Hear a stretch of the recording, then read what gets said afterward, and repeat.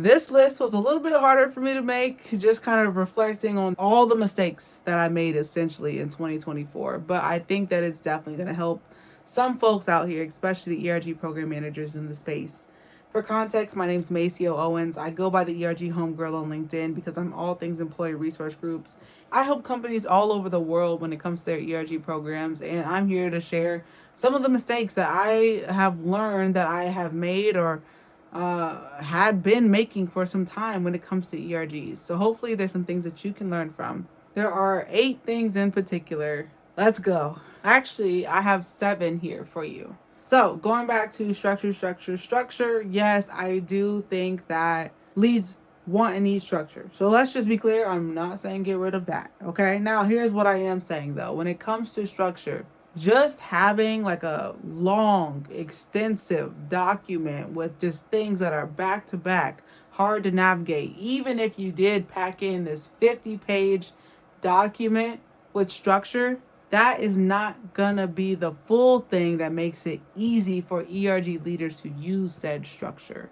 I think before I was thinking, well, yes, you want to have everything written down. And again, I do still believe it needs to be written down, but how it's packaged makes a huge difference. So, mistake number 1, not having packaged documentation. So that means that how you frame things with your documentation, the setup of it, makes a huge difference on if people are actually going to use it. So now you might have a handbook that no one uses, unfortunately, just because of the way that it's set up. What are some ways in which you can do structured documentation better? Well, you could move it into an intranet site. So I would personally say a site over a document occasionally. It doesn't always apply, and that's the thing of trying to give advice, like broad strokes advice, because there are some very specific situations, but potentially look into having it on an intranet site maybe instead, or even a Notion page. I'm a big fan of Notion. That is also very easy to navigate. There's links. I think that if you had it in a Notion space, that could be really cool if your company uses Notion.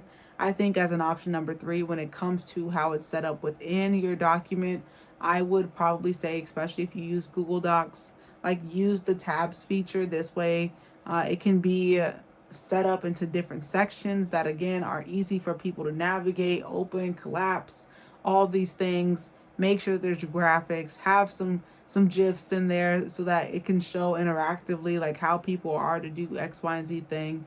Don't just have loads of endless text, but make, at the end of the day, your handbook, your playbook, your governance, whatever you call your thing, it should be designed to make the role easier, to make the lives easier of your ERG leaders when it comes to execution. So that means more than just the easy thing. And I say easy relatively because putting together all of that is not easy when it comes to putting it together text wise. But even after you have the text done, now you have to take the extra step of saying, where does this live? How do we make it interactive? How do we make it easy to navigate? It's not something where people are just going to control F everything, but how do we make it easy to visualize? Just like with data needs to be visualized. Your governance, not your governance, but your handbook, your playbook should also be visualized and easy to navigate as well. Mistake I've made, I've been doing for some time.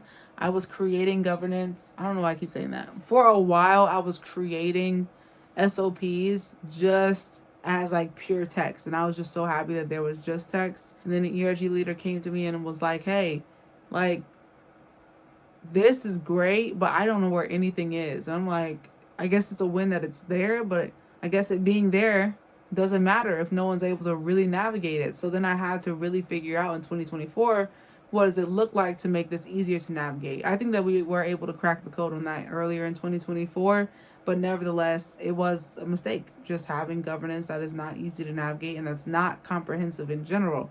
I think mine was pretty comprehensive, but easy to navigate is the part where I was struggling with.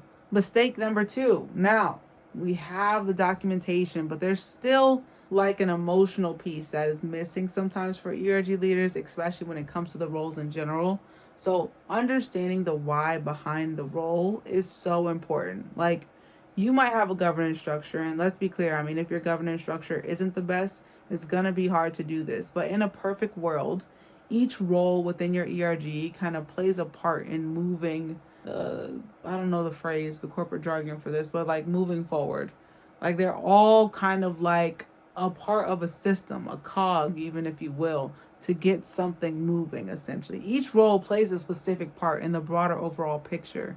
Mistake that I made in 2024, I had an ERG leader come to me who did not get their role. I mean, they were like, I don't see why this is important. I don't see why this metric is set for this role in particular. I think that we should do it like this other way, and that they had just a lot of feedback on the role in particular. The role in particular was a communications role. Uh, if you follow my content, you know that I like to say you should post at least 3 times a week, 12 times a month, like on average. That's the one that I recommend. That's the sweet spot that I see for ERGs, because it helps people to show up consistently when it comes to their communications. They're not ghosting their community. And really, when it comes to being an ERG leader, when it comes to being a communications channel person, like you're really the community facilitator. You have to facilitate these opportunities for people to get value from your group. So whether that value is connecting with other people through a fun question, maybe it's a member spotlight, maybe it's an educational thing, you are the facilitator essentially. And that's what the communications person is. However, I didn't explain that when onboarding a specific ERG leader, or even back when I used to do onboarding in general, I didn't really articulate that piece. I was just like, here's the role, here's how it's easy, go for it. But I think you definitely need to explain the why to ERG leaders. This way they see the picture, they understand the role that they play, and then you have their buy-in. So then it's not hard to consistently say like, hey, like, why are you not doing this thing? They might not view it as important because they don't see the true importance of it. So that hurt. That ERG leader did end up resigning. I think that that's also why it's important to clarify the why behind the roles, because by the time it gets to you, it might be a situation that's hard to recover. And that one hurt. Like I said, it's like I really did want that person to be part of that ERG, because I was like, look, I feel like the ERG leadership lacked a little bit of diversity when it came to the full like scope of the community that ERG was supporting. So I was like, oh, this person provides a lot of value here. Like, it was sad to see them go. And this was clearly like their first time being part of an ERG. However, again, some lessons are bought lessons, as my mom likes to say. So that was just one of those things where it's like, oh, I wish I had done this thing in advance.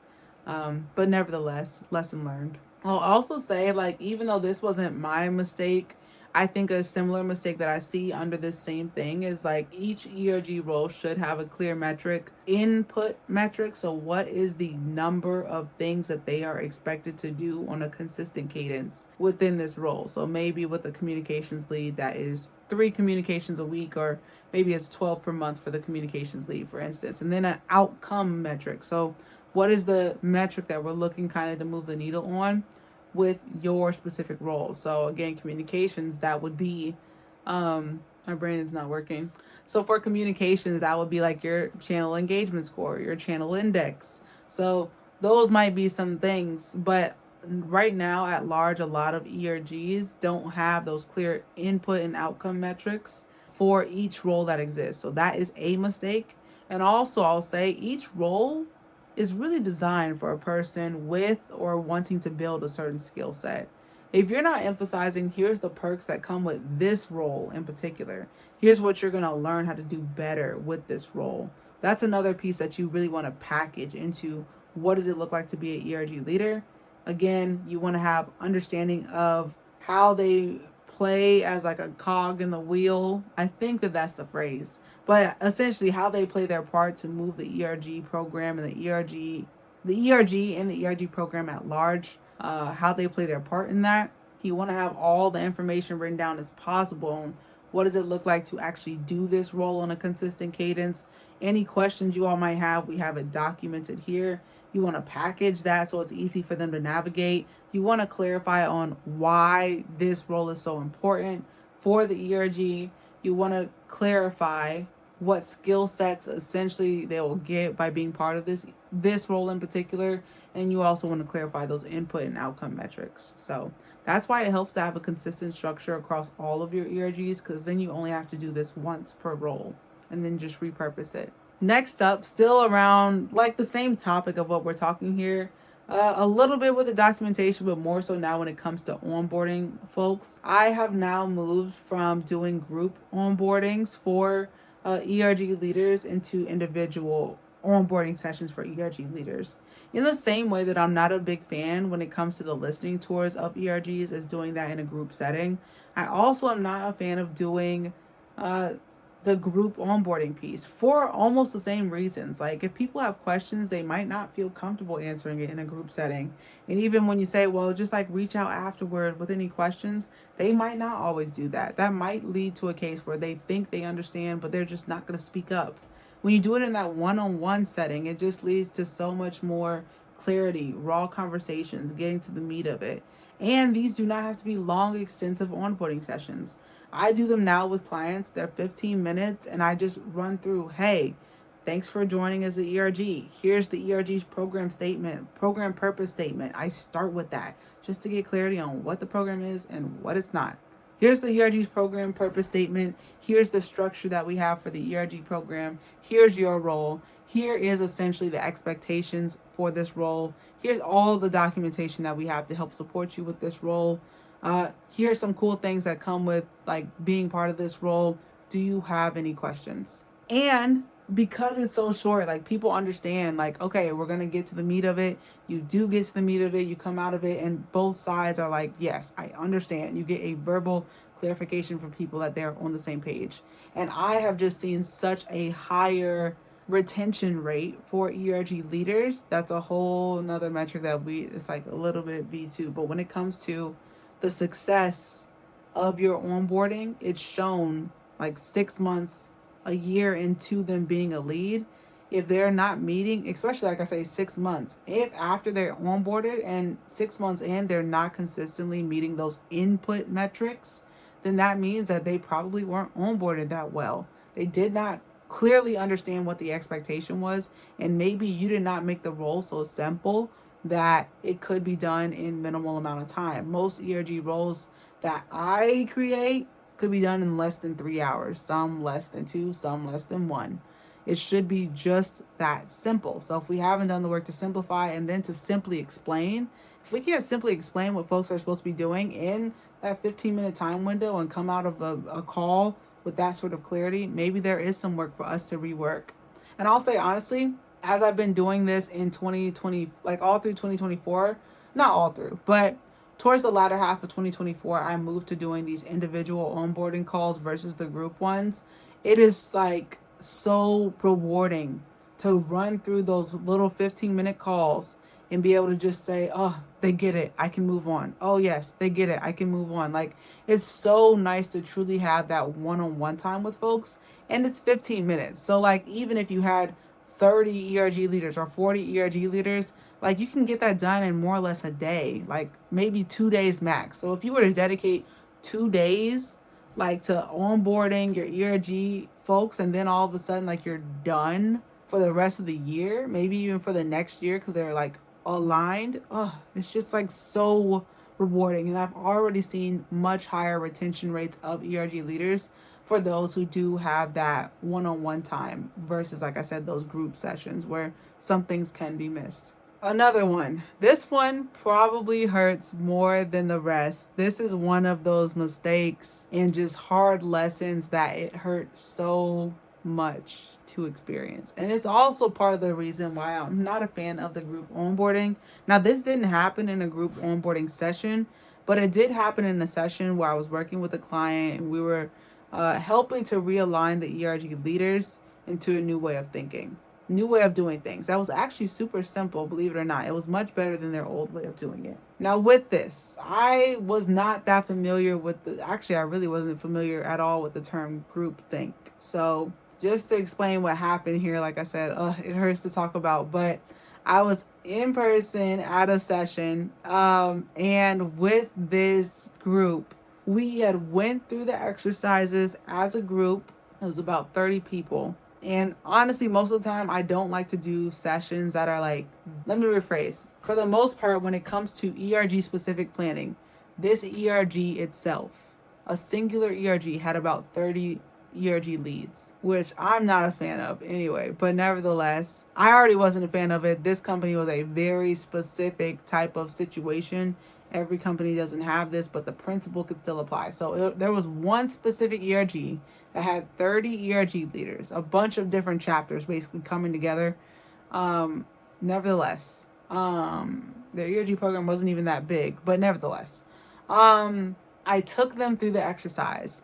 I would say about like 50% of the group was 100% on board. They're like, I see it. I see the vision. A lot of them were the newer leaders. The newer leaders were like, I see it. I see the vision. Like, this makes sense. I would say like 30% of them were like, okay, this is different, but I think I'm down to try it. And that spirit, I think, works. Like, that's the spirit, be down. Because I think that once you see it, like, you're going to see that it makes sense. So I think that even they had the buy-in. However, there was a 20%. And in particular, there was one person in general who was not really having what I was saying, if we're being honest. Like, I just would see the looks on their face and it would throw me off. Like, sometimes when I do my session, like, I used to be like really in tune with like how people are looking at me. Now it's like I'm gonna do the session regardless. But this is like towards the beginning of the year. Like, this was before I did all those 70 sessions I did. Like, this was one of the first ones I did. And they would just give me these looks like you're asking us to do a lot. And I was like, I'm really not. Like, actually, what you're doing right now is a lot. Like, and it's all over the place, and your members are not engaged. Like, they came into the session with all these problems, which we reviewed. We aligned on the fact of all the problems that they had. But this person really was one of those people that didn't want structure and didn't trust that the structure was actually going to make their lives easier. In the heat of the moment, am I able to fully bake out what that was? Because like I said, I was kind of newer into the space. No, but that's really what was happening there. So, and honestly, they were like an OG ERG leader. So they had been an ERG leader for some time.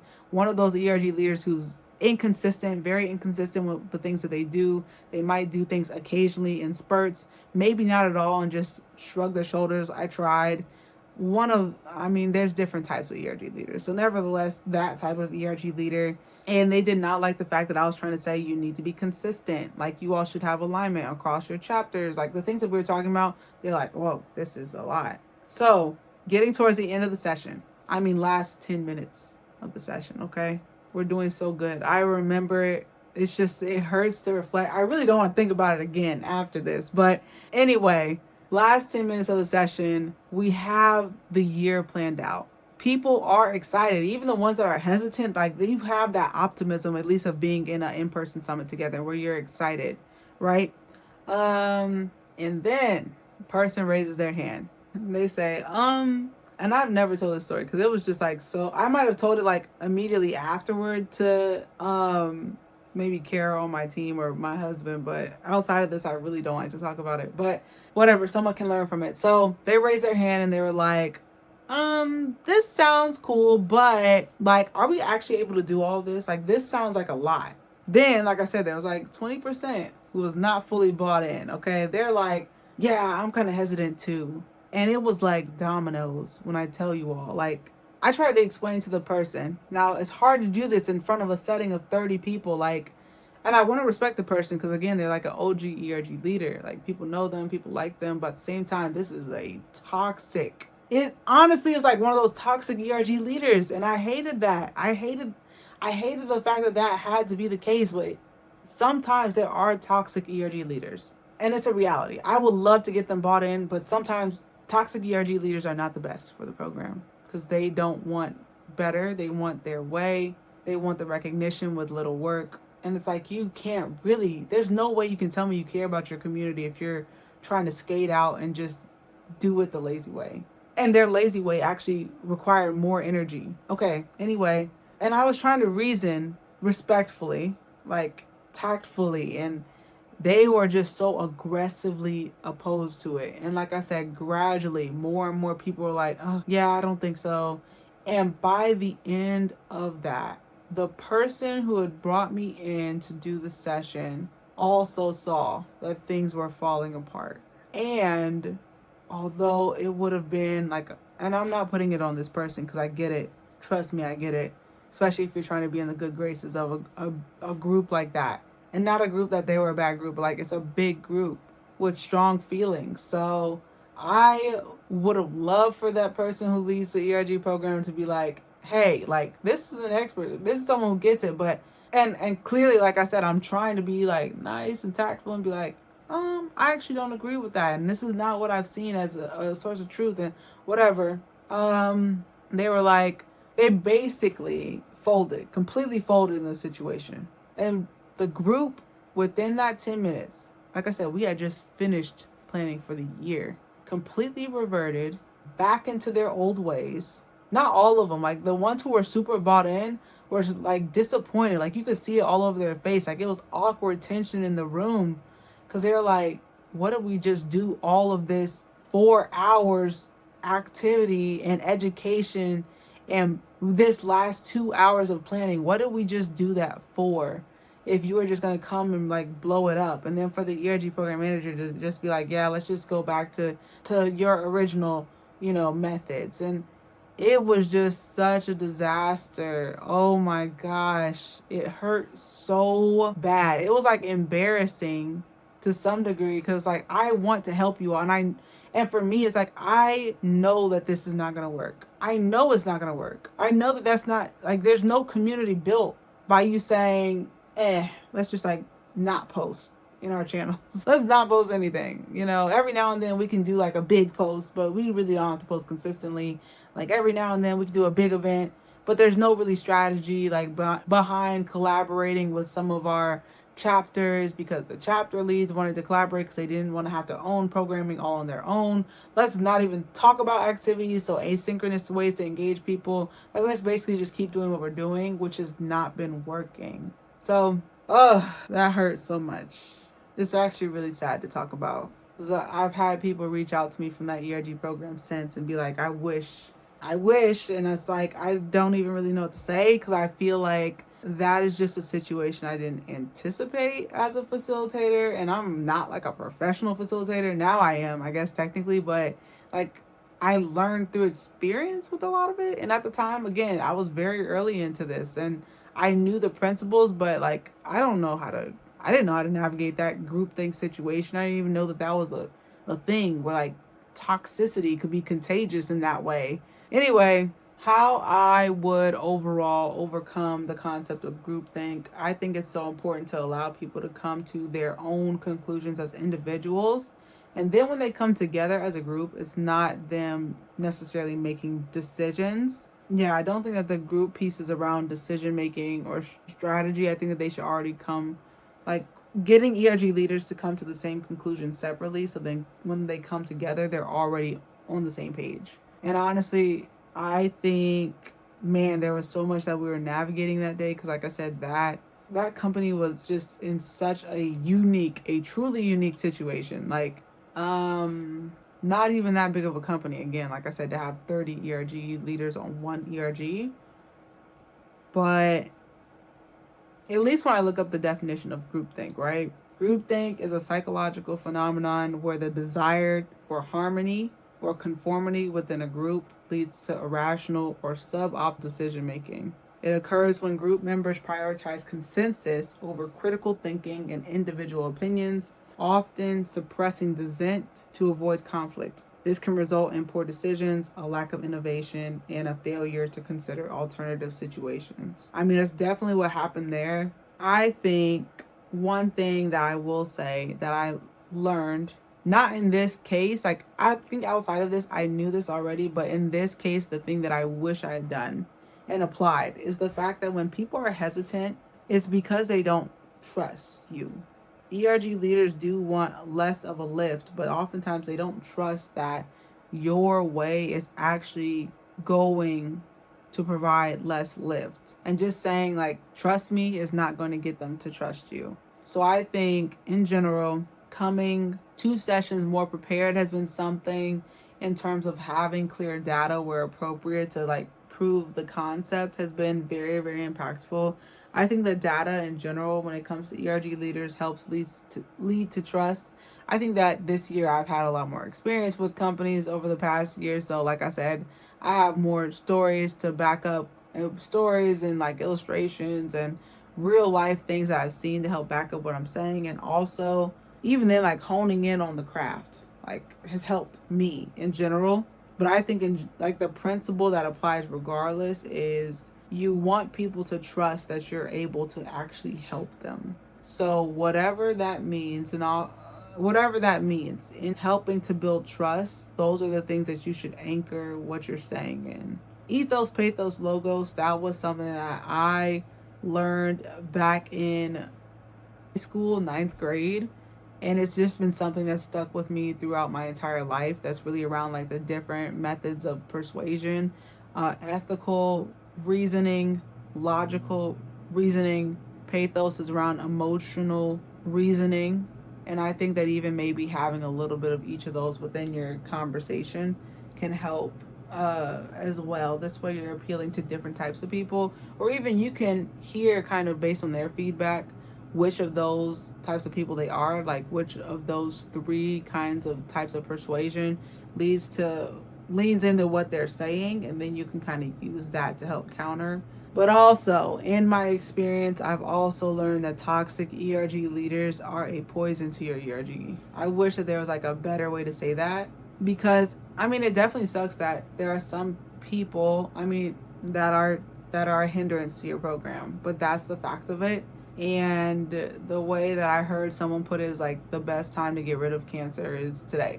Like that's what it comes down to. And sometimes even within some of your ERG programs now, you all have some of those toxic ERG leaders that you just need to align on, clarify the standard. This is what we're doing. Let's push through.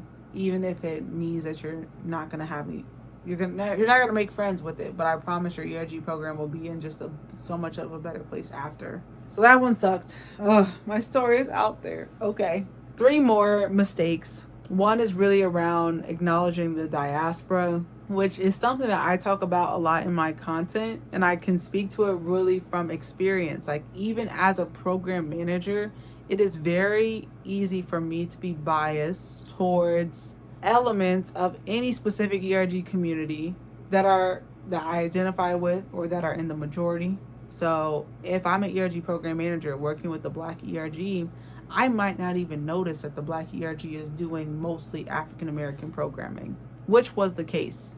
That was a lesson that I learned where I'm like, wow, it wasn't until the ERG was looking for new ERG leaders and someone said, like in an email, they're like, well, I don't even know if I'm eligible to apply to this ERG because I'm not African American. And I was like, why would they think that? But then I was like, oh, this ERG is really feeling African American. But because I never flagged that as a concern. Most of the ERG leadership team was African American. So it's easy for me to like let that bias, unfortunately, slide. So I think sometimes you do have to kind of check yourself. And this applies when it comes to like majority groups with almost every ERG. So like women's ERGs, it could be white women. LGBTQ ERGs, oftentimes I do hear that it is gay white men. Black ERGs, African American. Asian ERGs, East Asian. So there's oftentimes like a predominant group can easily overtake the ERG, and you have to be cognizant of that and actively fight against that, because ironically, it's kind of what the ERG program is about anyway, is making sure that people from underrepresented groups feel that sense of belonging. And sometimes we don't acknowledge the fact that there are underrepresented groups within underrepresented groups that definitely don't feel that sense of belonging. So making sure that we're doing this niche programming that speaks to these various segments of our community is important. And so as a program manager, you might have to be the person to always kind of keep that in check. Next mistake that I've made is really in regards to the ERG Champs community. Now with this, I think that there's still a learning in this for ERG folks in general. So hear me out here. It was a huge irony to me, just thinking out loud and like, why is it that me, who is anti-ERG software and even in general software, hosting my community on something that's not native to people's experience? And why is it that there are a lot of ERG softwares that host their community on something that is native to people's ERG experience, like Slack, for instance, where it's a tool that they already use. isn't it ironic that these softwares are not using their own software? And me, I'm almost not applying what I speak about, because why would I also not host my community on something that is native to people's experience? Why would I have this external clunky space where I host my community versus trying to find something that is more native to people's experience? Now, this is where I'll say, when it comes to software, I get that there are some things that are specific to various companies. So the times where I can somewhat tiny bit justify software is if you do have a community of folks or employees who use various different softwares. So maybe this department uses Slack, this department uses Google Chat, this department uses Teams. Like if it's all over the place and you just want one centralized place, instead of anchoring it on one of those platforms that one of the departments like really prefers over the other, just having something external that people can go to. Maybe even then I would say the choice of platform makes a huge difference, but I can see sometimes where there are some small exceptions. Even then, I wouldn't recommend it be an ERG software. I would personally say a community software, nevertheless. But even then, I think that for me, my thought was I want to provide this community with value, which means I want resources for this community to be very accessible. And I want it to be accessible exclusively to the community. However, in doing that, what is interesting, going back to my last point, I had a natural bias towards one piece of value. Value shows up differently for different people within a community. The one that I was over-indexing on is specifically around the resources. So because I was over-indexing on resources, I actually let slip the part of the community that says, well, how do we connect people? Like that part was almost completely missing with the platform that I chose. So it wasn't until later where I was like, this is still not a good engagement facilitating space. Not saying that the platform was the reason why I wasn't getting engagement, because I do think that there is some responsibility to claim, like if you have a community, you have to have community facilitators. You have to create those opportunities for people to respond, and you have to be able to adapt your programming. But I will also say that was a very clunky space, especially for a corporate employee, where it required daily emails to be sent to people of what's going on in the space, where that didn't make any sense. I was like, you all won't make this feature optional. It required it. So wasn't a fan of that. And again, it was clunky. It felt heavy, long story short. A lot of ERG software is clunky too, which is interesting, but nevertheless. So then I started thinking, well, what does it look like to bring this community outside of a space like that?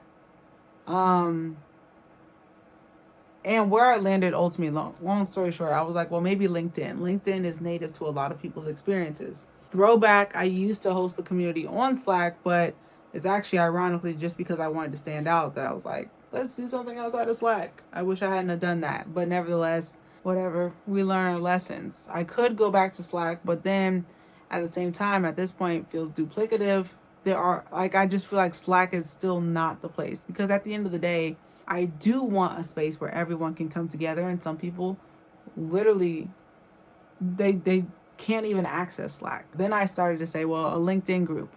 Maybe I'm just underutilizing LinkedIn groups. Maybe that's the place, because most everyone has LinkedIn. So that was my approach, but then we have connectivity, but then we lack the resources component. So I just kind of went down this spiral of, well, if I do have to use a software, it has to be able to really facilitate the different forms of value for members, education, connection, give back, like feedback even. It has to be able to facilitate that and also have really good onboarding for members. So I actually spoke to a community professional. Maybe I'll do an interview with her in the future. And with that, she told me, like, look, I've been in community for some time. I'm here to tell you, like, people who are really into community do not use LinkedIn groups. They don't have a Slack group. They don't have a mighty network space. Like, real community builders don't use that. And I was like, that hurt a little bit, but I get it. So basically, she gave me a few platforms to choose from. I have done my research on them. I'm actually not opposed to any of them, but there was one that stood out more than the others. That's Heartbeat for us. And that's where we landed when it comes to our community platform now that we having our ERG Champs community on. It is still a software, but again, I feel like it is a software that is truly made for a strong community, not necessarily just made to make event planning easier, and not something that's just made to host resources. It is like a truly a best of all worlds from my research. It's also not clunky, so it feels just a little bit more streamlined, a little bit more easy to navigate. Things are visualized just in a different way that I feel like align with our brand. There's just a lot of things I like about it. So that's where I landed. I hate the fact that, honestly, if we're talking about the biggest mistake, that I deleted the community in general. It's something that I did on accident back in March, where all of our members accidentally was trying to like move some things around with how things were set up in our Mighty Networks, ended up deleting everyone and like accidentally deleting everyone from the community. So that was unfortunate.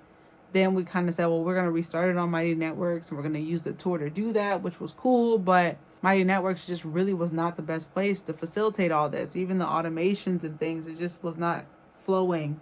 And I was frustrated. I was like, ugh. But thankfully, we have redone our community experience. I'm super excited for what we have now within the ERG Champ space. So definitely be sure to join. I think that was, again, just like the biggest learning, though, in general around your community container. Makes a huge difference, because like I say commonly, if your communications channel is like not engaged, if people aren't engaged in your communications channel, then you also probably don't have a strong community. Like, community needs communications, and it matters where that sits, where that holds, and it's really a component of your community container where you're helping to facilitate community building and value as a whole. So I'm happy where we landed. I hate that it had to be like such a bought lesson, but nevertheless, lesson. Last lesson is really when it comes to understanding that ERG programs are a company program. I had this as a mistake. I wouldn't say that this was a mistake so much though, because like in 2024, I had already had the understanding that more so than others that you have to do what the company says you have to do at the end of the day. Like, that's part of being a company program.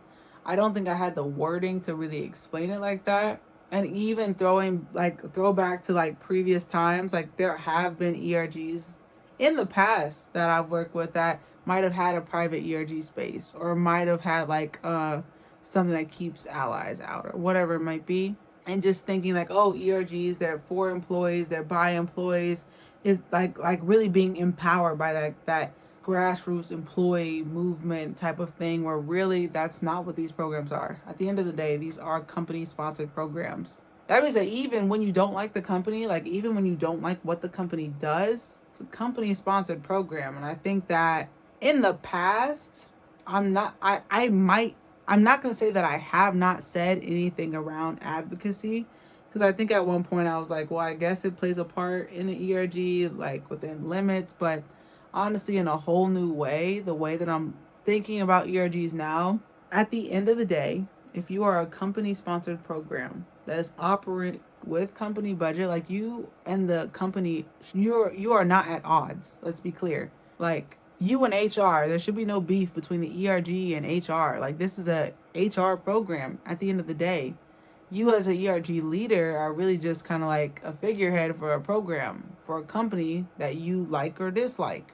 If you dislike, hopefully you're not part of the ERG leadership team, because the reality is I've seen, and the mistake that I'll say is that I think that I was not as explicit sometimes with ERG leaders in stating that, like, this is not a case where we're trying to fight the company with this ERG program. This is not a union. Got to pull out the U word. This is a company program that they are allowing you to have to make sure that your community feels that sense of belonging. Don't abuse that, and don't waste it either. So I think that was like a big learning for me, and I need to be more clear with saying that to folks. I learned that earlier this year, because there was definitely an ERG, a company I was working with, where one of the leads was like, they're almost like trying to usurp the throne. Like, I don't know what was happening there, but at some point it came to it where I had to have the conversation with that lead and be like, look, you might not agree with what this company does, but you work here. So at the end of the day, like, this is a case where you really have to just ask yourself, where you have to, one, tell yourself, like, there are some things that I am not going to agree with that this company does, but I do work here. So am I going to make this a space where it's a great place for people of all backgrounds to work and feel to work? Am I going to make the best of what I can with the opportunity that we are given? Because this is making it sound like it's like a cop out, but it is still really cool what you're able to do when it comes to community building. So are we going to like leverage that? Or maybe is this company not the place for me? And I don't judge either way on how people land with that question. Sometimes people say, well, I'm just going to take what I have and we'll make the best of it. Sometimes people say, well, I'm just going to leave. But the reality is, again, it's a company sponsored program. So it's not a case where you're making the company into something that it's not. And that's going to be a huge waste of time. There's going to be a lot of misalignment. There's going to be a lot of frustration. And ultimately, you're going to lose almost every time. Don't fight that fight. And honestly, you're putting other ERGs in jeopardy when you do. So that was a little sad to see that ERG leader ended up not being with that company anymore. But at the same time, sometimes it's for the best. Like once you realize really what we're doing here as an employee resource group program is that we are a company program designed to make sure that employees are having a better experience at work. And that does not mean that we are a company program designed to change our business model just to fit your worldview. It's a hard one, and it's a hard one to communicate. So that's why I have it as a mistake. I feel like we're ending so heavy, but honestly, it's a set of like mistakes. So it's a heavy conversation. I'm just happy to be done talking about it. We can let it go. Now that we've talked about it, okay, we put it out here. I don't know. I'm curious if you all have made any of these mistakes. Feel free to reach out to me. I'm okay. I can talk about it. It does suck to talk about, but honestly, sometimes if you need advice, tips, or anything, happy to share them based on the world that I've lived in, based off of my experiences. Hopefully this was a little bit helpful. If it was, I definitely recommend that you check out this video where I talk a little bit more, where I actually talk more about some other things that you can learn when it comes to making your ERG programs better, even when it's a little bit painful. Hopefully this was helpful. This is Maciel, aka the ERG Homegirl, signing off.